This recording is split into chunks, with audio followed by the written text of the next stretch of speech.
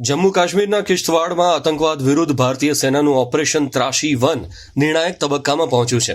14 દિવસથી ચાલતા ઓપરેશનમાં આજે વહેલી સવારે સુરક્ષા દળો અને આતંકીઓ વચ્ચે ફરી એકવાર સામસામે ગોળીબાર શરૂ થયો છે। જમ્મુ કાશ્મીરના કિશ્તવાડ જિલ્લામાં આતંકવાદીઓ વિરુદ્ધ સુરક્ષા દળોનો સકંજો વધુ મજબૂત બન્યો છે।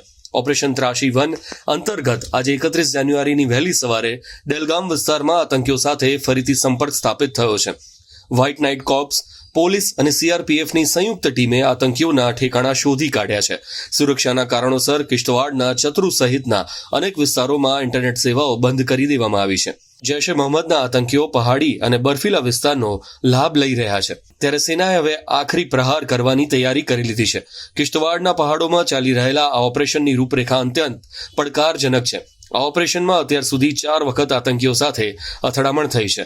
આતંકીઓ ઘનઘોર જંગલો અને ઊંડા બરફના આશરો લઈને વારંવાર છટકી જવાની તજવીજ કરી રહ્યા હતા, પરંતુ ગુપ્તચર સૂત્રોના સચોટ ઇનપુટ બાદ સેનાએ આજે ફરીથી તેમનો ઘેરો મજબૂત કર્યો છે।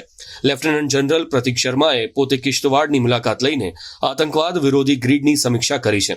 સિંગપુરા અને અરીગામ જેવા 6 કિલોમીટરના વિસ્તારમાં ઇન્ટરનેટ સેવાઓ પર પ્રતિબંધ લાદવામાં આવ્યો છે, જેથી આતંકીઓ સંવાદ ન કરી શકે। આ વ્યૂહાત્મક પગલાંથી આતંકવાદીઓના નેટવર્કને તોડવામાં સફળતા મળી છે।